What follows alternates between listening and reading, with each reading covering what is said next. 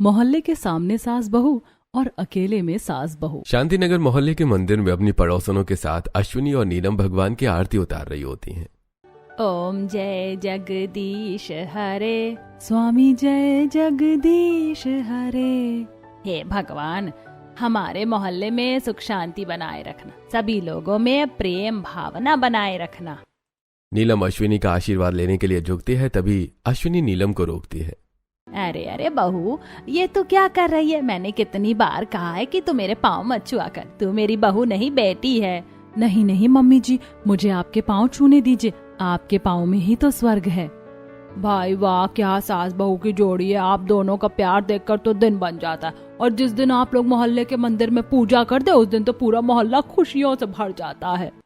अरे भाई, अगर हिंदुस्तान के हर घर में ऐसी सास बहू की जोड़ी हो तो घूंघट प्रथा, दहेज प्रथा और बहुओं और सास के साथ होने वाले अत्याचार सब खत्म हो जाएं।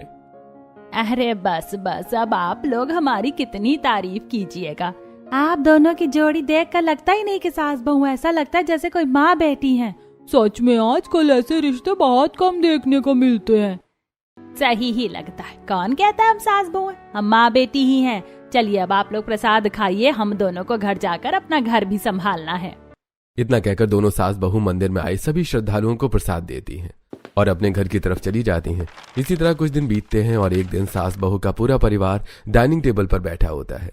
साथ ही कुछ पड़ोसने भी आई होती हैं और अश्विनी सभी के लिए पराठे बना रही होती है और नीलम सभी को पराठे परोस रही होती है। भाई वाह, आज के पराठों में तो अलग ही स्वाद है, मजा आ गया। स्वाद तो होगा भाई साहब, आपकी सास बहू की जोड़ी ने जो बनाया है। बात तो सही है, पराठों में स्वाद तो बहुत है।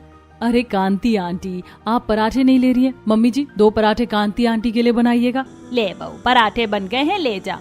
नीलम किचन में आती है और पराठे लेकर डाइनिंग टेबल पर आकर सभी को एक एक पराठा परोसती है। वहीं अश्विनी भी किचन से बाहर आती है। मम्मी, आपने बहुत अच्छे पराठे बनाए हैं। और नीलम, तुमने सभी को बहुत अच्छे से खाना खिलाया। मेरी बहू है ही सर्वगुण संपन्न। देखा माँ जी, ऐसे की जाती है बहू की तारीफ। तो बहू भी तो ऐसी होनी चाहिए। देख कैसे दौड़ दौड़ कर घर के सारे काम कर रही है। ये भी देखिए कि अश्विनी आंटी किचन में पराठे बना रही है। अगर आपको एक चाय उबालने के लिए कह दिया जाए तो आपका मुंह बन जाता है। देखो देखो कैसे जुबान लड़ा रही है। नीलम बहू, तू कभी ऐसे अपनी सास से जुबान लड़ाती है? अरे रजनी बहू, कुछ सीख नीलम बहू से। नीलम बहू की तरह बन। नीलम की तरह बहू बनने के लिए पहले आप भी अश्विनी आंटी जी जैसी सास बनिए। हाँ विमला, तुम्हारी बहू सही कह रही है। बहू को बहू नहीं, बेटी मानना चाहिए। अगर तेरी बेटी होती तो तू थोड़े उसे इतने ताने मारती। और रजनी, तुम अपनी सास को सास क्यों समझती हो? अगर तुम्हारी माँ होती तो क्या तुम उनसे काम करने के लिए कहती? देखा नीलम बहू की कितनी अच्छी सोच है सास के लिए। आपने भी देखा अश्विनी आंटी की कितनी अच्छी सोच है बहुओं के लिए। ऐसी सोच आपकी क्यों नहीं है? अरे अरे, आप लोग लड़ने क्यों लगी? इससे कौन सीधे मुंह बात करेगा? ये इंसानों की भाषा समझती ही नहीं है। मुझे इससे बात ही नहीं करनी। अश्विनी और नीलम के प्यार को आदर्श बनाकर विमला और रजनी आपस में लड़ बैठती हैं। लड़ते हुए सभी पड़ोसने अपने अपने घर की तरफ चली जाती हैं। इसी तरह कुछ दिन बीतते हैं और एक दिन अश्विनी और नीलम मोहल्ले की राशन दुकान में आती हैं, जहां मोहल्ले की कुछ औरतें भी खड़ी होती हैं। अरे भाई, अरे अश्विनी जी, नीलम बहू, बताइए क्या दूं आपको? भैया, मेरी बहू ने ये पर्ची बना दी है। इस पर्चे में लिखा सारा सामान दे दीजिए। अश्विनी जी, ये तो बहुत सामान है। आप घर जाइए, मैं लड़के से घर भिजवा दूंगा। अरे नहीं नहीं भैया, गर्मी में लड़के को क्यों परेशान करते हो? हम लेकर चले जाएंगे, आप सामान दे दो। दुकानदार पर्ची का सारा सामान निकलवा कर अश्विनी को दे देता है। ये लीजिए आपका सामान। अंकल, आप मुझे दे दीजिए सामान का बैग। नहीं नहीं, मुझे दे दीजिए। मेरे होते हुए मेरी बहू क्यों तकलीफ करे? नहीं नहीं मम्मी जी, मेरे होते हुए आप क्यों तकलीफ करें? भारी बैग है, इसे मैं लेकर जाऊंगी, आप मुझे दीजिए बैग। अरे अश्विनी बहन, तुम्हें 24 कैरेट खरा सोना बहू मिली है, उसकी बात क्यों टालती है? उसे थैला दे दो। अरे बहू, तू सारे काम खुद ही करती है, कुछ काम मुझे भी करने दिया कर। इतना कहते हुए नीलम दुकानदार से ठेला लेकर अपनी सास के साथ घर की तरफ बढ़ने लगती है। वहीं मौजूद पड़ोसने दोनों के प्यार को देखकर अपनी अपनी बहुओं को घूरने लगती हैं। नीलम के घर पहुंचते ही घर से लड़ने की आवाजें आने लगती हैं। अरे भैया, ये आवाज कैसी है? अरे ये तो 2 औरतों के लड़ने की आवाज है, पर इनके घर में लड़ाई कैसे हो सकती है? तभी मोहल्ले में खड़े पान वाले की आवाज आती है। अरे अरे, आप लोग भी क्या सोचने लगे हैं? दोनों सास बहू बैठकर टीवी सीरियल देख रही होंगी, उसी में सास बहू लड़ रही होंगी तो वही आवाज आ रही है। कभी कभी मुझे भी आवाज आती है, पहले मैं भी सोचता था कि क्या आवाज है, फिर एक दिन ध्यान आया कि टीवी सीरियल में भी तो सास बहू लड़ती हैं, वही टीवी सीरियल की आवाज है। अच्छा, अच्छी बात है, बड़ा प्यार है दोनों सास बहू में, नजर ना लगे। मोहल्ले के पान वाले की बात मानकर सभी अपने अपने कामों में चले जाते हैं। वहीं दूसरी तरफ अश्विनी और नीलम के घर में जमीन पर सब्जियां फेंकी होती हैं। जमीन पर राशन का थैला गिरा होता है और दोनों आमने सामने खड़ी लड़ रही होती हैं। आहा, बड़े तेरे नाजुक हाथ है ना, टूट कर गिर गया। अगर थोड़ा सामान उठा भी लिया तो क्या दिक्कत हो गई? अगर मेरा हाथ नाजुक नहीं है तो आपका हाथ कौन सा मोम का बना है? खुद क्यों नहीं उठाकर लाती सामान, मुझे क्यों दे देती हैं? अच्छा खासा दुकानदार अपना आदमी भेज रहा था, पर आपको तो मुझे कूली बनाने में मजा आता है ना। वो अपना आदमी भेजता ते पर मेहंदी लगाने के लिए नहीं भेजता, वो आता तो पैसे लेता, मैंने पैसे बचाने के लिए किया। ओहो, तुम दोनों सास बहू कितना लड़ती हो, सिर में दर्द हो जाता है। एक राशन क्या लाना होता है, दोनों की नानी मरने लगती है। अब जाओ यहाँ से, अपना अपना काम करो। दोनों सास बहू राशन का थैला जमीन पर फेंककर अपने अपने कमरे में चली जाती हैं। वहीं मनीष और राघव गिरा हुआ राशन का सामान उठाकर किचन में सजाने लगते हैं। ऐसे कुछ दिन बीतते हैं और एक दिन दोनों सास बहू घर के बाहर गली में सभी को प्रसाद बांट रही होती हैं। गायत्री आंटी, सुनैना, ये लीजिए प्रसाद खाइए। विमला, रजनी, ये लो प्रसाद खाओ। कांति, तुम भी लो। अरे अश्विनी बहन जी, हमें भी प्रसाद खिलाइए। हाँ, पान वाले भैया तुम भी खाओ और ये भी लो। दूध वाले भैया को भी दे देना और अखबार वाले को भी दे देना। क्या बात है अश्विनी बहन, आज बड़ा प्रसाद बांट रही हो। हाँ, आज मेरी बहू और बेटे की सालगिरह है, इसीलिए मैं प्रसाद बांट रही हूँ। वैसे तो हम पार्टी करने वाले थे, पर मेरी बहू ने कहा फिजूल खर्ची क्यों करनी है मम्मी जी, वैसे भी अभी महंगाई बहुत बढ़ गई है। वाह अश्विनी बहन, तुम्हारी बहू कितनी समझदार, कितना सोचती है। यहाँ तो इतना कहने पर कलह हो जाता, सास को जलनखोर घोषित कर दिया जाता। मम्मी जी घर चलिए, पापा जी, देवर और नंद जी को भी प्रसाद देना है। अश्विनी और नीलम घर आती हैं और कुछ देर बाद घर से लड़ने झगड़ने की आवाजें आने लगती हैं। देखो देखो, दोनों सास बहू बैठकर टीवी सीरियल देख रही होंगी। कमाल की जोड़ी है इन दोनों सास बहू की, खुद में इतना प्यार है और सीरियल सास बहू की लड़ाई वाले देखती हैं। इतना कहकर मोहल्ले के लोग आपस में हंसने लगते हैं। वहीं दूसरी तरफ घर में अश्विनी और नीलम एक दूसरे के बाल पकड़कर जमीन पर गिरी लड़ रही होती हैं। अरे अरे मम्मी, नीलम, क्यों लड़ रहे हो आप लोग, क्या हुआ? आज तुम्हारे भैया और मेरी सालगिरह है और इन्होंने मुझे आरती नहीं करने दी। पंडित जी ने आरती की थाली मांगी तो मैंने उन्हें दे दी, और वैसे भी डायन चुड़ैलों को भगवान आशीर्वाद नहीं देते हैं। मैं डायन चुड़ैल, आप डायन चुड़ैल, अपनी बहू बेटी की गृहस्थी खराब करती हैं। भाभी, अगर आपने आरती नहीं की तो क्या हो गया? भगवान तो हर जगह हैं। घर में भगवान की पूजा कर लीजिए, मन करे तो दोबारा मोहल्ले के मंदिर में जाकर पूजा कर लीजिए। देवर जी, पहले एक बात और सुनिए, इन्होंने अरुण जी को भड़काया है ताकि हमारी सालगिरह के दिन हम दोनों घूमने ना जा सकें। शादी के इतने साल हो गए, अभी भी एनिवर्सरी में हजारों रुपए फूकने की क्या जरूरत है? मेरी सालगिरह है, मेरे पति मुझ पर पैसे फूके, आपको इसमें क्या दिक्कत है? ए भगवान, मैं सोच रहा था राघव की शादी करवाकर इस घर की दूसरी बहू लाऊंगा, पर यहाँ तो एक सास बहू में नहीं पट रही है। अरुण बेटा, इन्हें शांत करवा, मुझे कुछ समझ नहीं आ रहा है। नीलम, मम्मी के बाल छोड़ो, मैं तुम्हें आज रात बाहर घुमाने लेकर चलूंगा। और मम्मी, आप भी नीलम को छोड़िए। दोनों सास बहू एक दूसरे के बाल छोड़कर उठ खड़ी होती हैं और अपने अपने कमरे में चली जाती हैं। और शाम होते ही नीलम अरुण के साथ तैयार होकर घूमने निकल जाती है। ऐसे कुछ दिन बीतते हैं और एक दिन अश्विनी और नीलम झाड़ू पकड़कर खींचतान कर रही होती हैं। आप झाड़ू मारिए। मैं क्यों झाड़ू मारूं? मैं सास हूँ, तू झाड़ू मार। वही तो, आप सास हैं, ये काम आपका है ना, तो आप झाड़ू मारिए। तभी कांति के साथ मयूरी और माधवी अश्विनी के घर आती हैं और दोनों सास बहू की नजर कांति पर पड़ती है। मम्मी जी क्यों जिद कर रही हैं? दीजिए ना मुझे झाड़ू, मैं झाड़ू मारूंगी। नहीं नहीं, झाड़ू मैं मारूंगी। ये देखिए, मयूरी और माधवी बहन कितनी अच्छी सास बहू की जोड़ी है, झाड़ू मारने के लिए दोनों लड़ रही हैं। भाई वाह, बड़ी गजब की सास बहू की जोड़ी है, आज तक ऐसा कभी नहीं देखा हमने। कांति बहन, ये दोनों बहनें कौन है? अजी, ये दोनों मेरी जागरण की सहेलियां। एक लड़की है, ये उसकी बुआ और मौसी हैं। उसकी शादी करवानी है, तो मैंने सोचा आपसे अच्छा कौन सा परिवार हो सकता है, इसीलिए मैं इन्हें यहाँ लेकर आई हूँ। कांति की आवाज सुनकर घर के दूसरे लोग भी हॉल में आते हैं। हाँ हाँ कांति बहन, बहुत अच्छा किया आपने, हमें भी राघव की शादी करवानी है। जी, आपका परिवार तो हमने देख ही लिया, अब बस मैं अपनी भाभी को जाकर बता देती हूँ कि आपका परिवार कितना अच्छा है, फिर आप लोग भी हमारे घर आकर लड़की देख लीजिएगा। जी अब हम चलते हैं, हमें तो आपका परिवार बहुत अच्छा लगा। कांति मयूरी और माधवी को लेकर वापस चली जाती है। अश्विनी और नीलम, मुझे राघव की शादी करवानी है, तो तुम लोग अपने झगड़े पर थोड़ा कंट्रोल करना। मेरी आदत नहीं है झगड़ने की, आज झाड़ू मारने का इनका दिन है, इनसे कहिए ये झाड़ू मारे। दिन से क्या होता है, मेरा मन नहीं है आज झाड़ू मारने का, बहू झाड़ू मारेगी। बिना झाड़ू मारे अश्विनी और नीलम अपने अपने कमरे में चली जाती हैं। ऐसी दिन बीतता है। अगले दिन वैभव और कृष्णलाल शांतिनगर मोहल्ले में पान वाले के पास आते हैं। जी बताइए भैया, कौन सा पान खाएंगे? भैया पान नहीं खाना है, जरा ये बताइए, ये सामने जो घर है ये परिवार कैसा है, इनका छोटा लड़का कैसा है? अरे परिवार बिल्कुल गाय है, गाय। और सास बहू तो माँ बेटी की तरह रहती हैं, और लड़का तो सुपारी तक नहीं खाता। आप ये सब क्यों पूछ रहे हैं? हमने अपनी बेटी की शादी की बात चलाई है इस घर के छोटे लड़के से, इसलिए पूछ रहे हैं। बहुत सही घर चुना है आपने, यहाँ आपकी बेटी बहू नहीं बेटी बनकर रहेगी। उसे जेठानी के रूप में एक दीदी मिलेगी और सास के रूप में एक माँ। अरे भाई, सभी तो इनके परिवार के बारे में अच्छी बातें कर रहे हैं। ऐसा करते हैं, साली साहिबा को देखने के लिए इन्हें घर बुलवा लेते हैं। मयूरी ने बुलावा भेजकर मनीष के परिवार को सेजल को देखने के लिए बुलाया जाता है और आज मनीष का पूरा परिवार सेजल को देखने आया होता है। लड़का तो बहुत अच्छा और अच्छा कमाता भी है, हमें तो रिश्ता मंजूर है। जी मुझे भी सेजल बहुत पसंद है। जी हमें यह रिश्ता मंजूर है। दोनों परिवारों की रजामंदी से शादी की तारीख निकलती है और तय तारीख के दिन राघव और सेजल की शादी हो रही होती है। वहीं दूसरी तरफ मैरिज हॉल के एक कमरे में अश्विनी और नीलम लड़ रही होती हैं। बाहू मेरे ऊपर फालतू इल्जाम मत लगाओ, मैंने नहीं रखे तेरे गहने, आप ही ने मेरे गहने रखे हैं, जल्दी मुझे मेरे गहने दीजिए। क्या हुआ, आप लोग लड़ क्यों रहे हैं? बाहर इतने सारे मेहमान आए हैं, कोई सुनेगा तो क्या कहेगा? देख तेरी बीवी मुझ पर चोरी का इल्जाम लगा रही है, कहती है मैंने इसके गहने बेच दिए।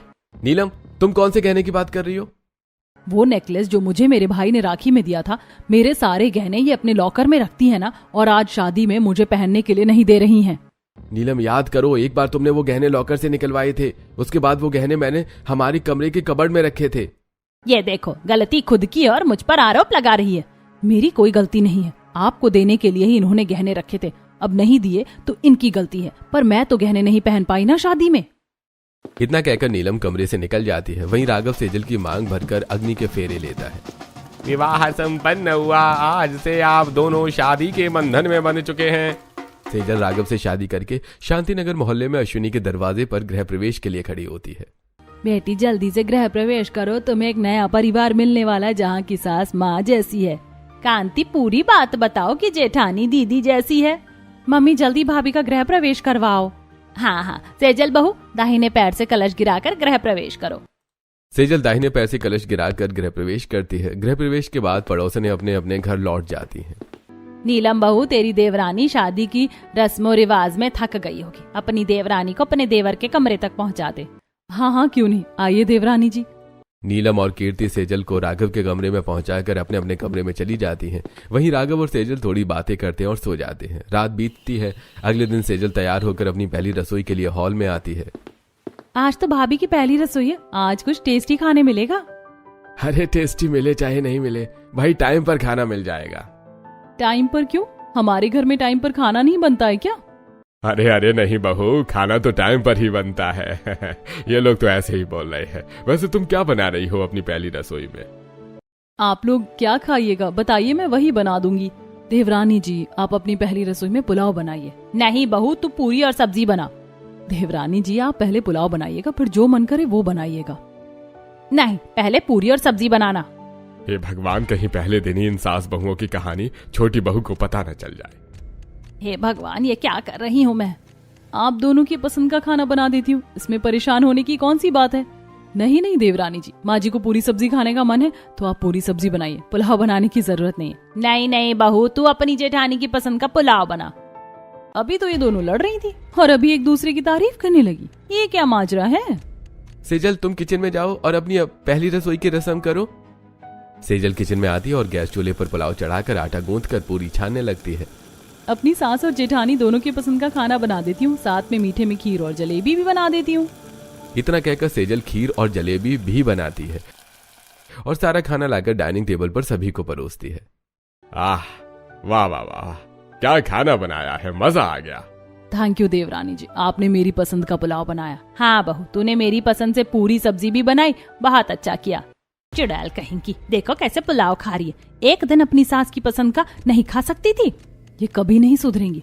आज देवरानी जी का पहला दिन था, उसके बाद भी उनसे आटा गुथवाकर इतनी गर्मी में पूरी चनवाई है और सब्जी बनवाई है, ये नहीं कि पुलाव खा ले। बहुत बढ़िया खाना बनाया है, हमें बहुत पसंद आया।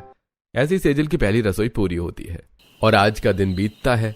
अगले दिन नीलम हॉल में पोछा मार रही होती है कि तभी अश्विनी सैंडल पहने हुए हॉल में आती है। कर दिया ना सारा सत्यानाश। इतनी मेहनत से इतनी गर्मी में पोछा मार रही थी, अब मारिए पोछा आप। मैं क्यों पोछा मारूं? तेरा काम है पोछा मारना। मैं तो पोछा ही मार रही थी, आप सैंडल पहनकर क्यों आई? अब आप पोछा मारेंगी। नहीं मारूंगी मैं पोछा। ऐसे कैसे नहीं मारेंगी पोछा? ये पकड़िए पोछा और ये पोछे की बाल्टी। इतना कहकर नीलम पोछा और पोछे की बाल्टी अश्विनी के हाथ में थमा देती है। तेरी इतनी हिम्मत, ये गंदा पोछा और पानी तू मेरे हाथ में पकड़ा रही है? रुक अभी तुझे बताती हूँ।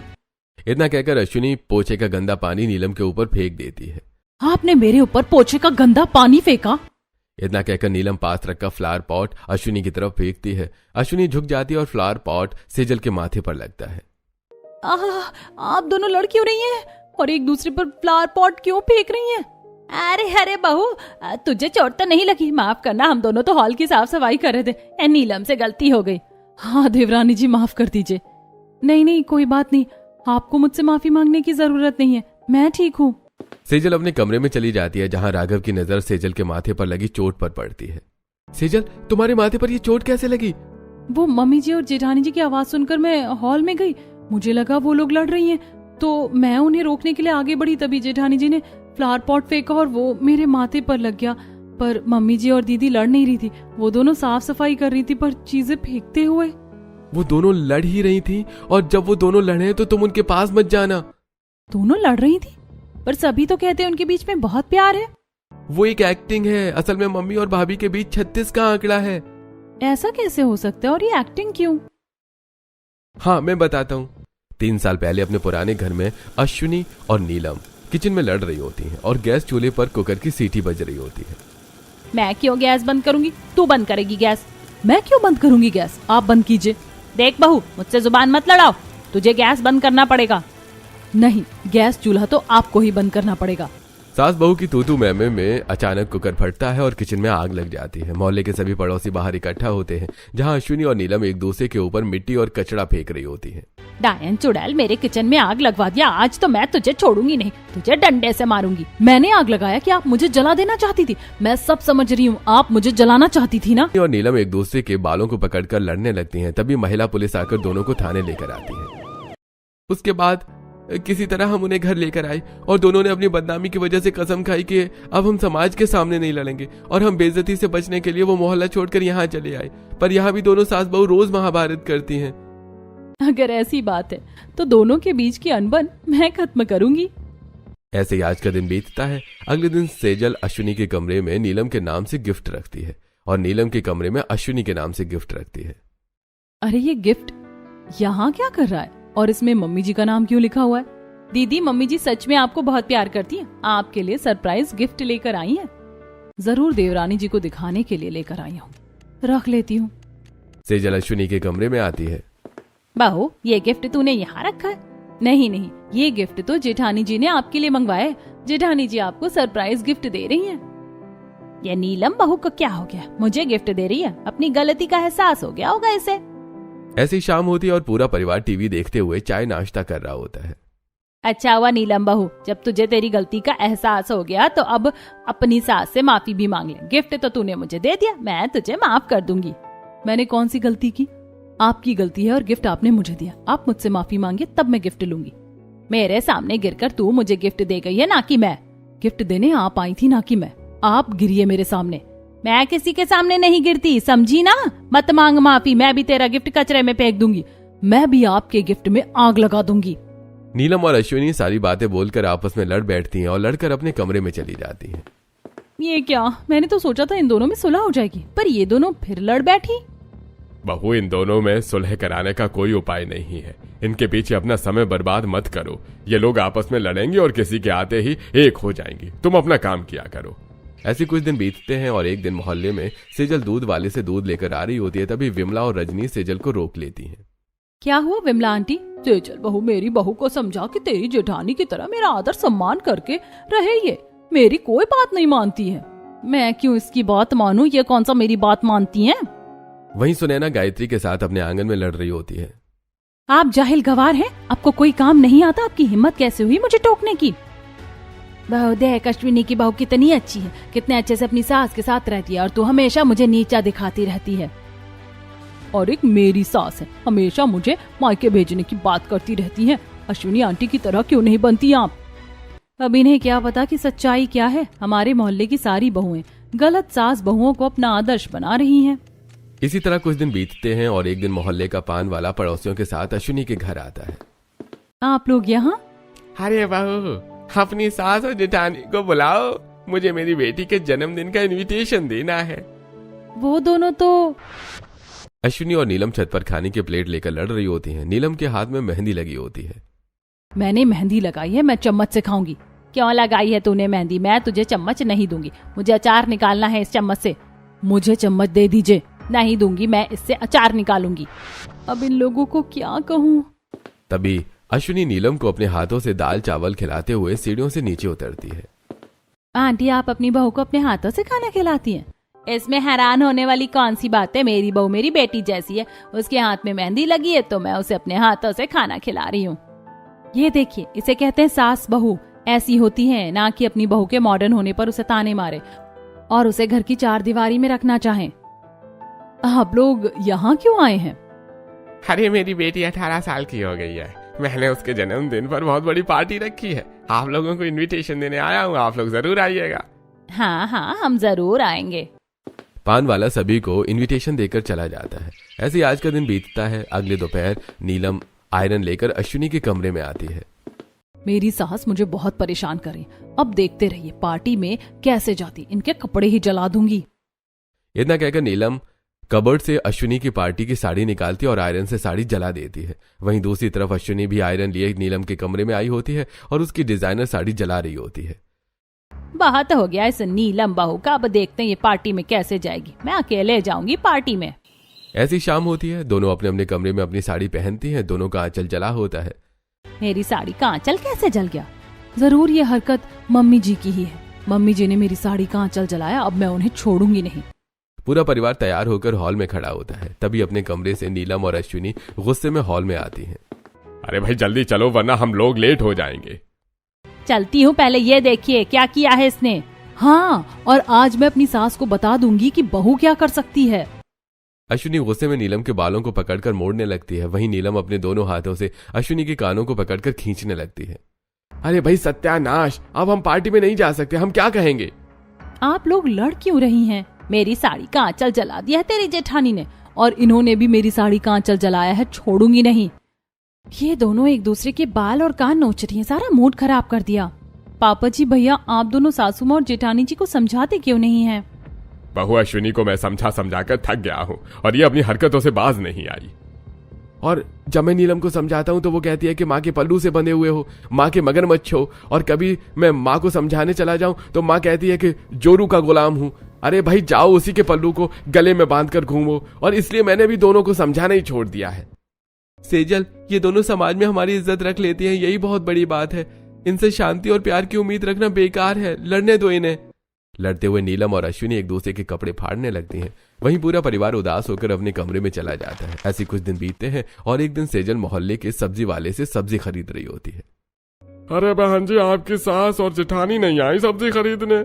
नहीं भैया, अब से नहीं आएंगी सब्जी खरीदने। मेरे होते हुए उन दोनों को तकलीफ देने की क्या जरूरत है? अरे भाई, वो जैसी सास और जेठानी थी, देवरानी भी वैसी ही है। अरे भाई, इनके परिवार में तो जो भी बहू आएगी अच्छे से ही रहेगी, पर वहाँ उस मॉडर्न बहू को तो देखो। सेजल गायत्री और सुनैना के घर की तरफ देखती है, जहाँ सुनैना अपनी सास को डांट रही होती है। अगर आपको इतनी ही दिक्कत है तो अब आपको हमारे साथ रहने की जरूरत नहीं है। आपके रोग हमसे सहन नहीं होते। हमने आपकी व्यवस्था वृद्धाश्रम में कर दिया। आप वृद्धाश्रम चली जाइए। वृद्धाश्रम में चली जाती हूँ, कम से कम तुम लोगों के ऐसे व्यवहार से तो मुक्ति मिलेगी मुझे। गायत्री अपना सामान लेकर रोते हुए मोहल्ले से निकल जाती है।